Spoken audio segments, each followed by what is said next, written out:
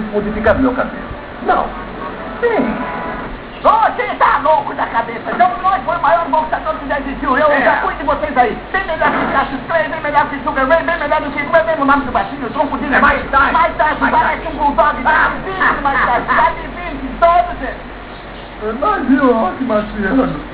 Tava demorando. Esse que eu falo de baixo, Franguinho. Tenta me empurrar, Rock Marciano, goela abaixo. E a rota, Rock Marciano, eu vou te dizer uma coisa uma vez por todas. Rock Marciano era bom, mas comparado a Joe Lloyd, Rock Marciano era um bolha. Ele era um bolha. Olha que derrotou o Joe Lloyd. É isso mesmo, que derrotou Joe Lloyd. Joe Lloyd tinha 65 anos aqui. Sei lá quantos anos ele tinha, só sei que ele levou pau. Joe Lloyd estava fora dos 5 quando você enfrentou o Rock Marciano, estava com 76 anos nas costas, ele sempre sentiu a idade, ele discutia a idade quase sempre. Uma vez transitado veio aqui, tentou outra vez aqui, e eu disse, Frank, você que é colado com Joe Lloyd, cá entre nós, quantos anos ele tem? Sabe o que o Frank disse? Joe Lloyd tem 137 anos, 137! Frank Sinatra nunca chega.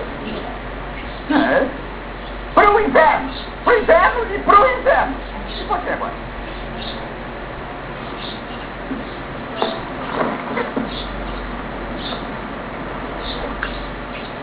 Minha santa, o que é isso? Moda nova?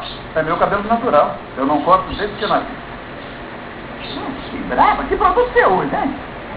Eu não uso nada. Eu só uso o suco de erva. Cacilde, é um tipo de super permanente? O que você vai querer? Quero uma coisa rápida.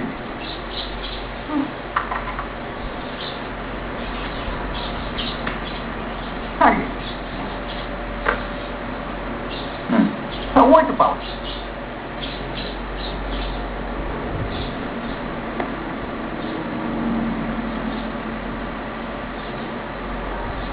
Diga, Samir, sinceramente, como é que eu estou?